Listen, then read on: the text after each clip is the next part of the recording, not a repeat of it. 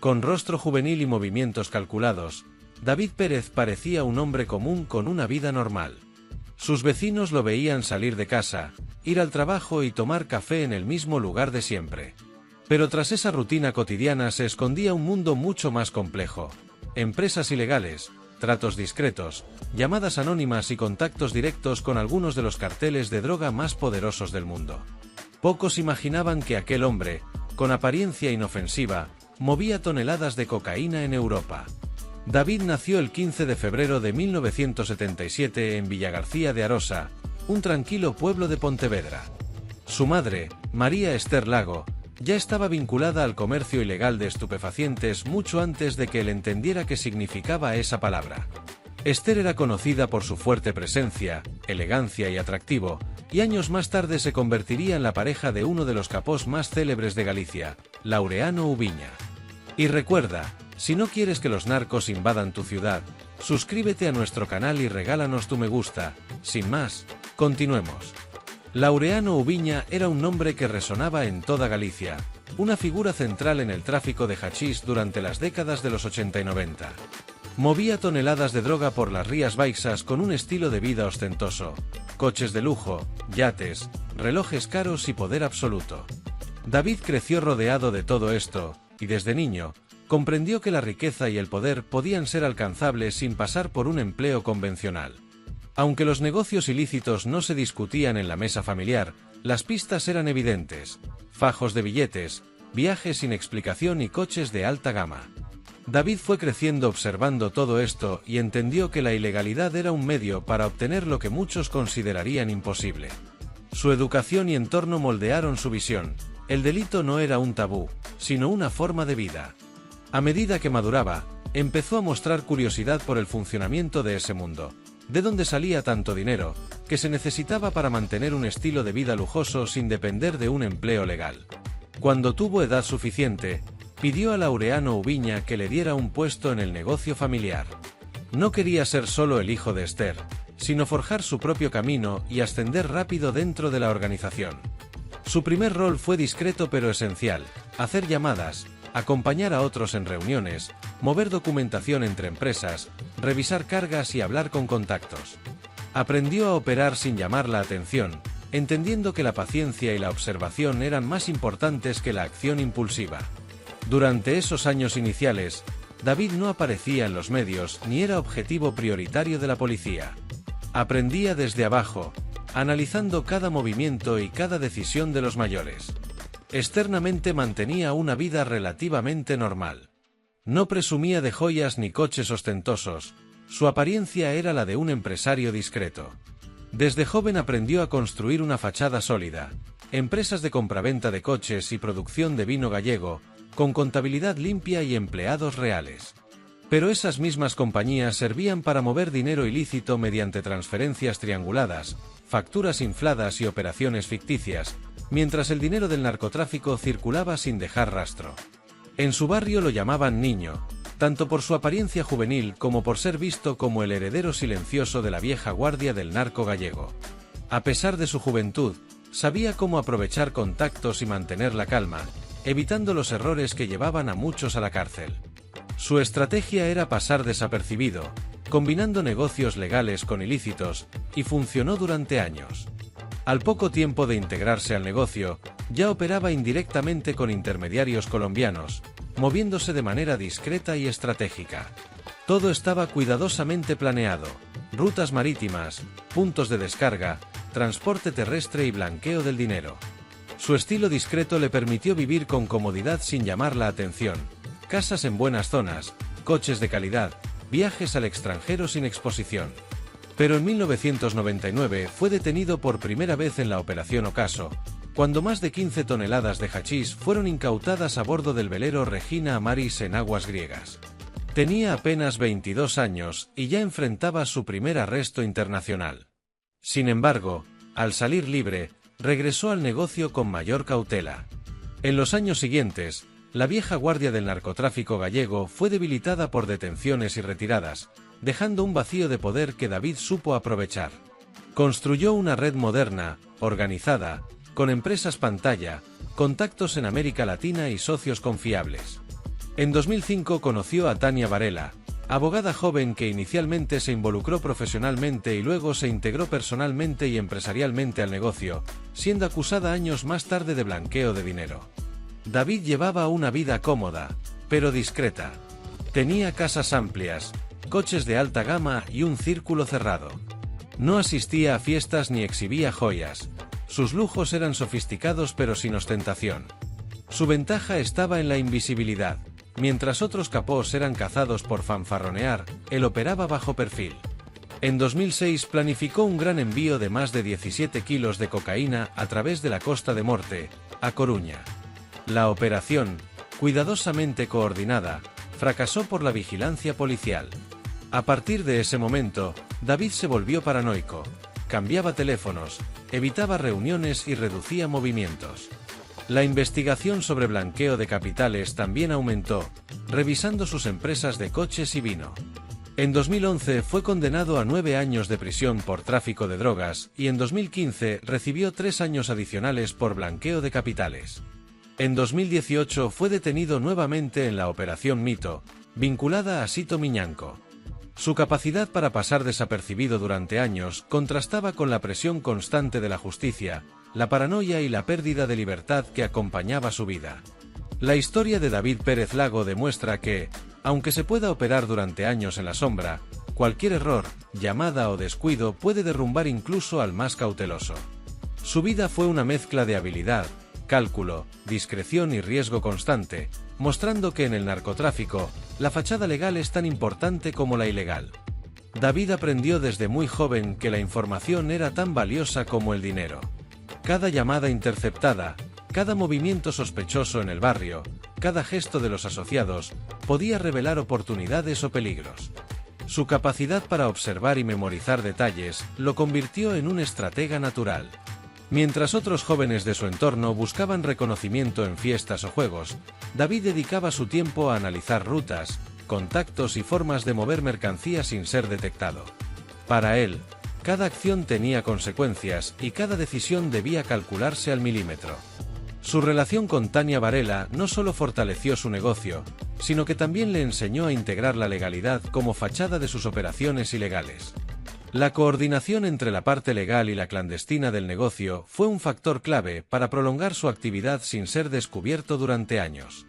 Incluso cuando alcanzó poder y riqueza, David mantuvo un perfil bajo que confundía a la policía y a la prensa. Su capacidad de pasar desapercibido le permitió aprender de los errores de otros narcos más visibles, evitando las trampas que habían llevado a muchos de sus contemporáneos a prisión. El entorno familiar de David también moldeó su carácter. La combinación de disciplina, observación y cercanía con figuras poderosas del narcotráfico le dio un sentido innato de jerarquía, lealtad y oportunidad. Cada movimiento estaba pensado para consolidar su posición dentro de la red sin levantar sospechas. David sabía que la paciencia era su mejor arma. Mientras otros buscaban resultados rápidos y notoriedad, él construía lentamente una red sólida que resistiera los golpes de la policía y los traumas internos del negocio. Cada contacto que hacía era estudiado con cuidado. Antes de confiar en alguien, investigaba su pasado, sus vínculos y su lealtad. Para David, un error de confianza podía significar la caída de meses de planificación. Aunque muchos jóvenes de su edad soñaban con coches de lujo y fiestas, David veía los lujos como herramientas para legitimar su fachada. Cada propiedad, cada vehículo y cada cuenta bancaria servían para desviar miradas mientras él consolidaba operaciones más grandes. El aprendizaje en la sombra de Laureano Ubiña le enseñó que el dinero fácil podía ser peligroso si no se manejaba con inteligencia. Por eso, David empezó a diversificar, creando pequeñas empresas legales que luego funcionarían como pantalla para mover dinero. Su relación con Tania Varela le dio además acceso a conocimientos legales que ningún otro narco de su generación poseía. Entender contratos, facturas y transferencias le permitió blanquear grandes sumas sin levantar sospechas inmediatas. En paralelo, David desarrolló un sistema de comunicación cifrada con sus socios internacionales. Sabía que un mensaje mal enviado podía arruinar semanas de planificación. Esa disciplina digital lo mantuvo un paso adelante de las autoridades durante años. La adolescencia en un entorno de lujo y crimen le enseñó que el miedo era un aliado. Aprendió a usarlo, tanto para motivarse a sí mismo como para medir a los que trabajaban a su alrededor. La intimidación sutil y el respeto se ganaban con presencia y estrategia, no con violencia visible. Con el tiempo, David comprendió que la discreción era su mejor protección. Mientras otros jefes de cárteles se exponían en medios o redes sociales, él mantenía un perfil casi invisible, confiando en que la impunidad a corto plazo era más valiosa que la fama temporal. El joven narco desarrolló además un método de control interno. Revisaba constantemente operaciones, escuchaba a los intermediarios y se aseguraba de que cada envío tuviera múltiples capas de seguridad y respaldo. Nada se dejaba al azar. Incluso cuando los primeros arrestos golpearon a su entorno familiar, David aprendió a reaccionar rápido. Movía activos, cambiaba rutas y modificaba contactos para minimizar pérdidas. Esa habilidad lo hizo sobrevivir a las primeras investigaciones sin sufrir daño directo. Cada viaje que hacía, ya fuera por negocios legales o ilegales, estaba planeado con anticipación. Sabía que cualquier error geográfico podía ser rastreado y usado en su contra. Su obsesión por la logística se convirtió en una ventaja decisiva. David también cultivaba aliados estratégicos dentro de empresas y municipios. Funcionarios, empleados de transporte y proveedores desconocían muchas veces su implicación, pero su influencia permitía que operaciones críticas se ejecutaran sin problemas. El aprendizaje de la discreción y la manipulación del entorno le permitió establecer un pequeño imperio sin alardear. La apariencia de normalidad era su mejor defensa. Nadie sospechaba del chico de Villagarcía que llevaba una vida legal y tranquila. A nivel psicológico, David comprendió que el poder y la riqueza eran inseparables de la paranoia. La constante vigilancia de amigos y enemigos lo obligó a desarrollar memoria, observación y reacción rápida ante cualquier indicio de traición. Incluso en su tiempo libre, David no se desconectaba completamente del negocio. Observaba movimientos financieros, revisaba contactos y evaluaba posibles amenazas. Para él, descansar no significaba dejar de estar atento. Cuando llegó a acuerdos internacionales, su prudencia le permitió establecer redes sólidas en América Latina y Europa, sin exponerse personalmente. Su habilidad para operar detrás de terceros hizo que los intermediarios se convirtieran en su escudo protector. David también estudió errores de otros narcos gallegos y españoles. Analizaba casos mediáticos para evitar caer en los mismos patrones de exposición y vanidad que habían llevado a sus contemporáneos a prisión o incluso a la muerte. Su capacidad de análisis no se limitaba a negocios y seguridad, evaluaba constantemente la percepción pública. Sabía que la opinión de la comunidad, aunque aparentemente irrelevante, podía facilitar o complicar sus operaciones. Incluso en el ámbito familiar, David ejercía control. Sus hermanos y primos, aunque ajenos a las operaciones más delicadas, recibían instrucciones claras sobre cómo comportarse y qué mantener en secreto. Cada detalle contaba. La combinación de educación temprana, observación constante y relaciones estratégicas convirtió a David en un narco atípico, alguien que no necesitaba violencia ostentosa ni titulares de prensa para consolidar su poder. Su red de contactos incluía personas que jamás aparecerían en informes policiales, proveedores, abogados, contadores y operadores logísticos. Cada uno desempeñaba un papel específico y todos funcionaban como engranajes de un mecanismo perfectamente calibrado. Años después, cuando las primeras investigaciones apuntaron hacia él, David ya había previsto múltiples rutas de escape, delegación de responsabilidades y estrategias legales que retrasaron y complicaron los intentos de detención.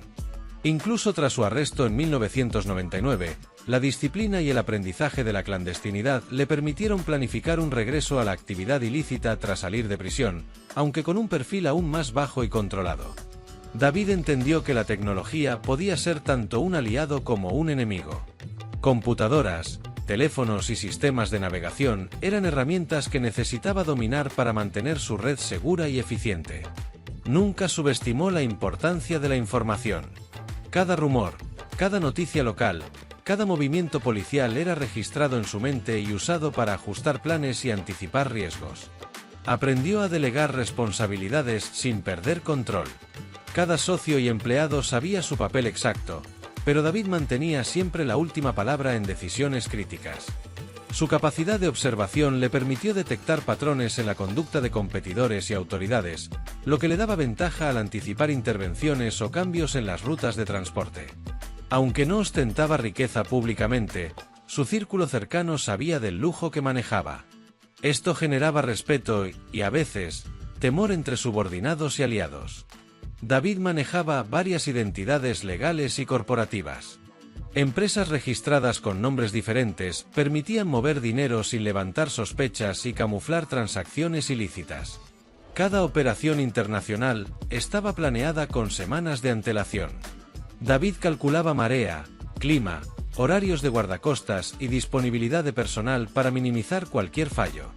Aprendió a leer a las personas rápidamente. Una mirada, un gesto o un cambio de tono podían revelar lealtad o traición, y él usaba esas señales para tomar decisiones estratégicas. El entorno familiar, especialmente su madre, le dio ventaja en comprensión del negocio. Sabía desde pequeño cómo funcionaban las redes, quiénes eran confiables y cómo manejar situaciones delicadas. Aunque la violencia era parte del negocio, David prefería soluciones discretas. Evitaba enfrentamientos directos y dejaba que terceros ejecutaran acciones que él no podía manchar con su nombre. Durante años, su rutina incluía tanto tareas legales como ilegales. Revisaba contratos, asistía a reuniones de empresas y al mismo tiempo coordinaba envíos y alijos sin dejar rastro.